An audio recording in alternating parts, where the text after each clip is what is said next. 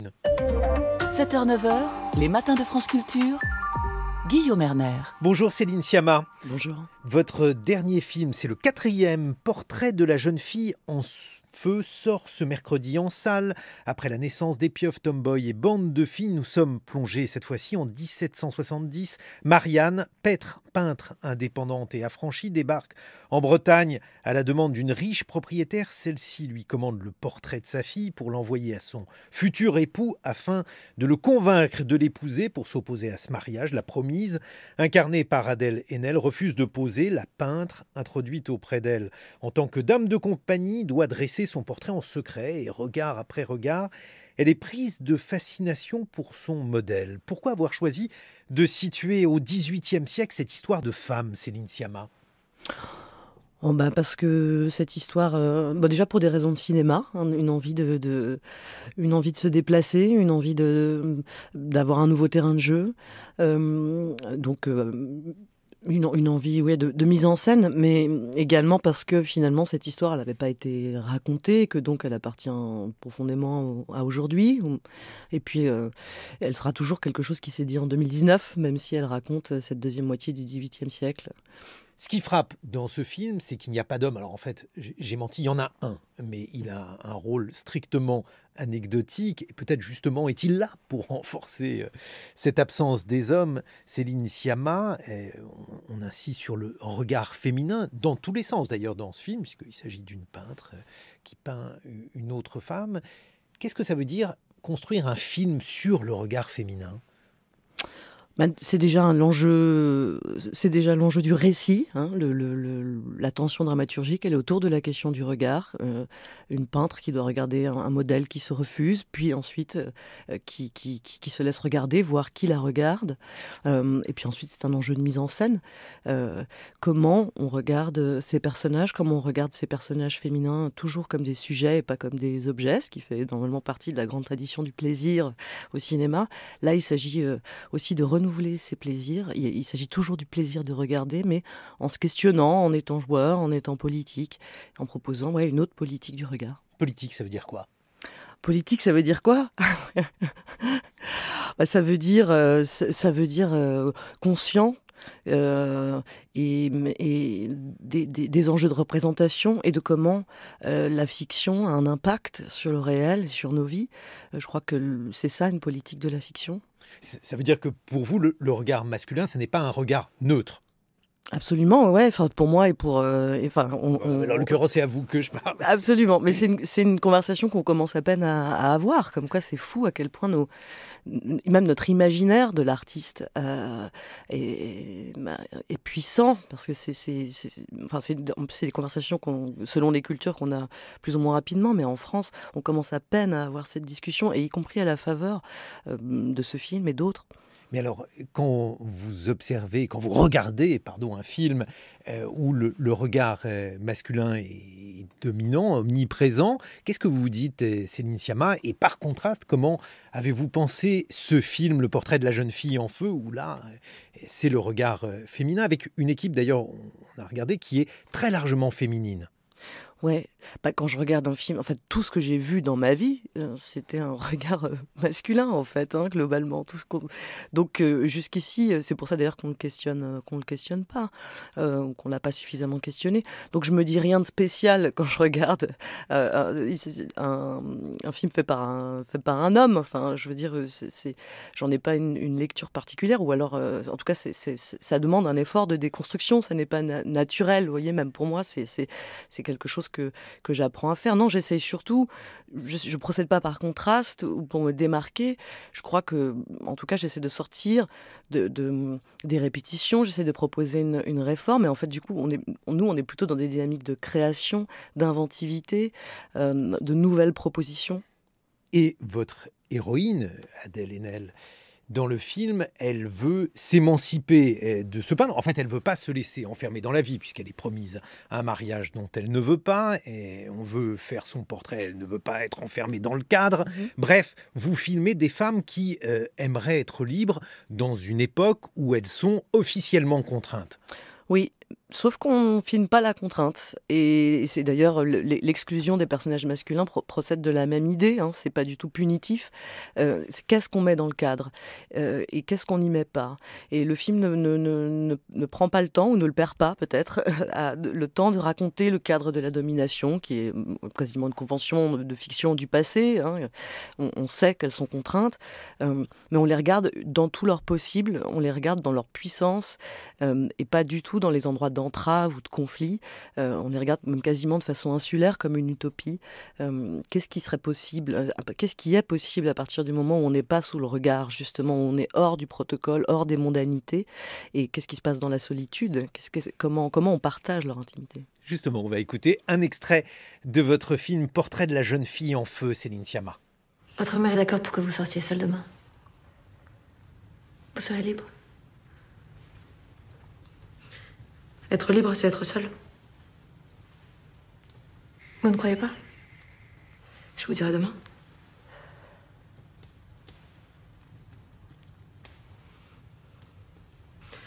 Je vais aller à la messe. Vous voulez communier? Je veux entendre de la musique. L'orgue, c'est beau, mais c'est la musique des morts. C'est la seule que je connaisse. Vous n'avez jamais entendu un orchestre? Non. Oui.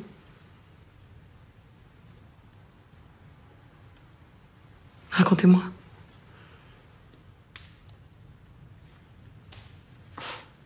Ce n'est pas facile de raconter la musique.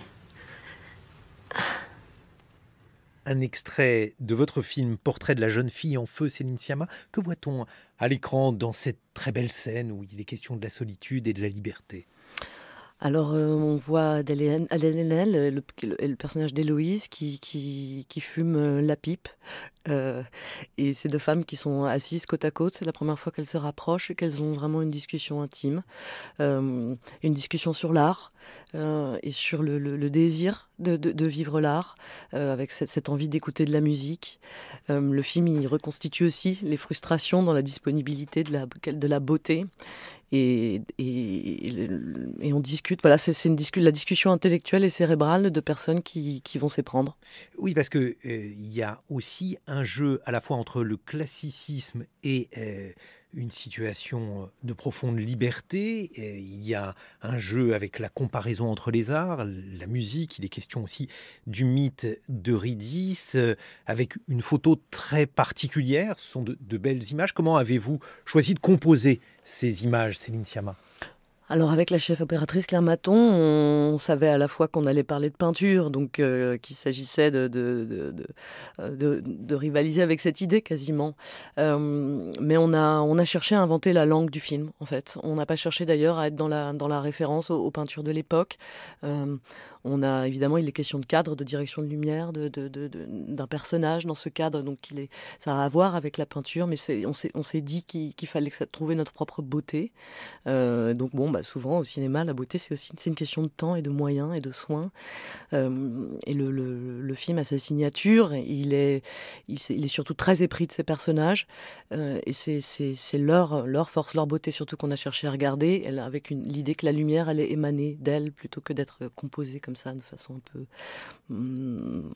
théorique. Il y a des contrastes importants entre des scènes où l'on voit la mer, puisque c'est une maison au bord de la mer, il y a beaucoup de lumière, et puis des moments où au contraire c'est l'obscurité qui prédomine, avec des éclairages, évidemment la bougie.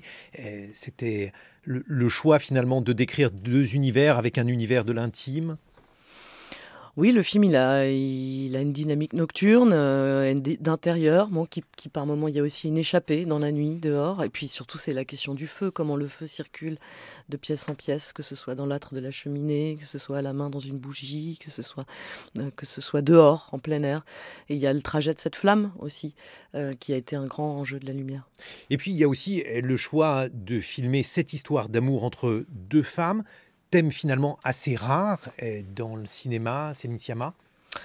Ah oui, c'est sûr, en termes de représentation lesbienne, on part de très très loin. Mais c'est un endroit aussi de proposition, justement, sur de nouveaux rapports sentimentaux et donc aussi une nouvelle dynamique de fiction. Elles vivent une histoire d'amour où il n'y a pas de domination de genre, il n'y a pas de domination de classe, il n'y a pas de domination intellectuelle non plus. Et donc je crois que c'est une surprise permanente, leurs échanges, et donc une expérience de cinéma nouvelle aussi. Les personnages de femmes lesbiennes dans le cinéma, elles sont plutôt rares. Ah oui, oui, enfin, elles ont été souvent cachées. C'était des secrets entre les films et les spectatrices. On les débusquait. Chez Hitchcock, Chez Hitchcock, voilà, Rebecca. Et elles étaient souvent des personnages voilà, obsessionnels et maladifs qui aimaient dans l'ombre et dans le secret. Ensuite, elles ont pu exister. Elles ont souvent été punies. Beaucoup de sacrifices de lesbiennes au cinéma, à la faveur du Kodáisme, mais pas seulement. Et puis ensuite, elles ont été aussi souvent filmées par des hommes. Donc là, on ouvre une nouvelle page de cette histoire. et là justement, qu'est-ce que ça change le fait que ces deux femmes ne soient pas filmées par des hommes, que bien entendu leur amour ne soit pas peint comme une maladie, comme un trouble, comme quelque chose d'inquiétant, comme chez Hitchcock, et de pas forcer, enfin de pas assumer en l'occurrence chez Hitchcock. Bah, je pense que ça propose une expérience et que c'est ça aussi le cinéma, c'est proposer une expérience, à la fois la nôtre et puis l'expérience du film pour les spectateurs et spectatrices. Et lorsque vous avez décidé de raconter cette histoire avec ces femmes libres, avec également, vous le dites, une expérience de la non-domination, puisque si on nommait le personnage de la mère qui va commander le tableau, il y a ces deux femmes, la peintre, son modèle, et puis également une servante avec une expérience de sororité que vous avez choisi de raconter, Céline Sciamma. Oui, c'est un troisième personnage qui est essentiel et c'est une servante mais qui n'est pas dans l'emploi de la servante, y compris dans cette tradition du théâtre de l'époque. Elle n'est ni adjuvant ni opposant, elle n'est pas un accessoire de la fiction, elle intervient assez peu. Quand elle intervient, c'est parce qu'elle elle-même a un projet, un désir, des choses à dire et à vivre. Et le film raconte aussi l'amitié entre ces femmes dans cet effet de solidarité qu'on nomme sororité, qu'il faut nommer sororité. Vous avez choisi de filmer en quelque sorte l'égalité dans un monde de contraintes. Oui, et c'est à la fois une échappée des personnages et j'espère aussi un espace de rêverie pour les spectateurs. On va écouter un deuxième extrait de votre film, Céline Sciamma. Ils prennent, au milieu d'un profond silence, un sentier en pente, escarpé, obscur, enveloppé d'un épais brouillard. Ils n'étaient pas loin d'atteindre la surface de la terre. Ils touchaient au bord, lorsque, craignant qu'Eurydice ne lui échappe, et impatient de la voir, son amoureux époux tourne les yeux, et aussitôt, elle est entraînée en arrière. Elle tend les bras, elle cherche son étreinte et veut l'étreindre elle-même. L'infortunée ne saisit que l'air impalpable. En mourant pour la seconde fois, elle ne se plaint pas de son époux. De quoi se plaindrait-elle, sinon d'être aimée? C'est horrible. La pauvre, pourquoi s'est-il retourné? On lui a dit de ne pas se retourner et au dernier moment, il se retourne sans raison. Il y a des raisons. Vous trouvez? Allez-y, relisez. Il n'était pas loin d'atteindre la surface de la terre. Il touchait au bord lorsque, craignant qu'Eurydice ne lui échappe et impatient de la voir, son amoureux époux tourne les yeux. Mais non. Il ne peut pas la regarder parce qu'il a peur de la perdre. Ça ne tient pas, ces raisons. Ce sont précisément les consignes qu'on lui a données. Il est fou d'amour. Il ne résiste pas. Moi, je crois que Sophie n'a pas tort. Ce n'est pas plus fort que lui et les raisons ne sont pas sérieuses. Peut-être que s'il se retourne, c'est qu'il fait un choix. Quel choix? Il choisit le souvenir d'Eurydice. C'est pour ça qu'il se retourne. Il ne fait pas le choix de l'amoureux, il fait le choix du poète. C'est une très belle scène de sororité, les trois femmes lisent, et puis on songe à une figure classique, le paragone, la comparaison entre les arts. On a donc la poésie, la musique. Pourquoi avoir choisi le mythe d'Eurydice, Céline Sciamma?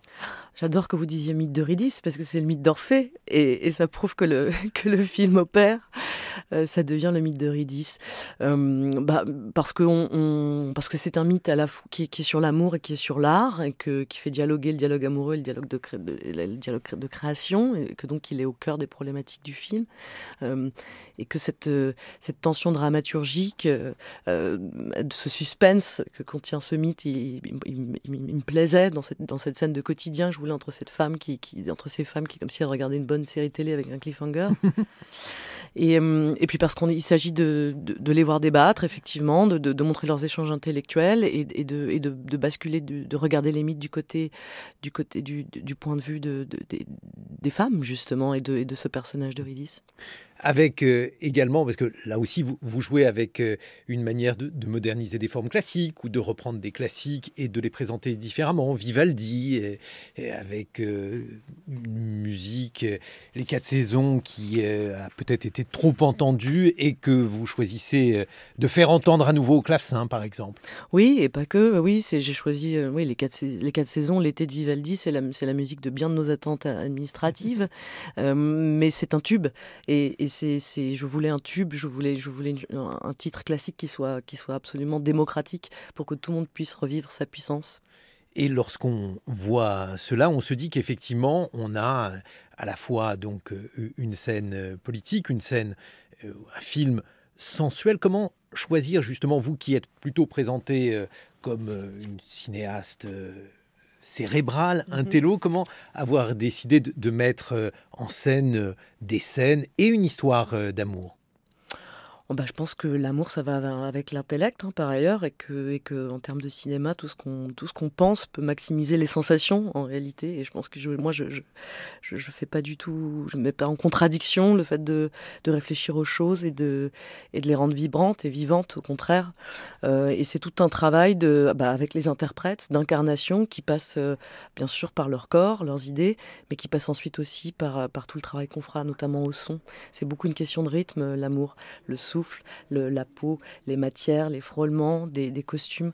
Le film, il a une musicalité érotique qu'on a beaucoup travaillé. Ah oui, les costumes. Ouais. Les costumes d'époque, avec là aussi beaucoup de jeux sur les voilées, sur la manière dont ces femmes s'habillent et se déshabillent. Comment vous les avez choisis, Céline Sciamma? On les a créés surtout, donc c'est un niveau d'intervention qui est passionnant parce qu'on peut tout dessiner et on est dans une politique en plus de personnages avec un uniforme. On invente notre Tintin. Inventer, ça veut dire que vous êtes inspiré de l'époque, j'imagine, mais par rapport à celle-ci, vous avez pris des libertés. Par exemple, on les voit pour se protéger du vent, elles se mettent des voiles en gaz. Était-ce réellement ainsi? Non, ça c'est une liberté qu'on prend de couvrir leur visage pour avoir la belle dramaturgie de les voir se découvrir.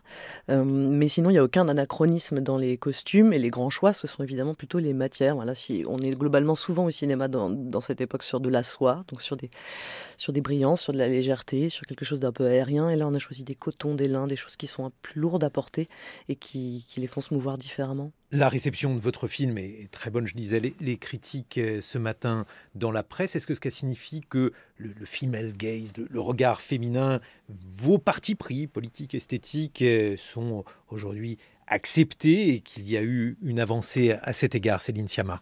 Je veux le croire, mais on va aussi se compter dans les salles. Les films, ils sont faits aussi pour créer du commun, de la communauté de pensée. Portrait de la jeune fille en feu.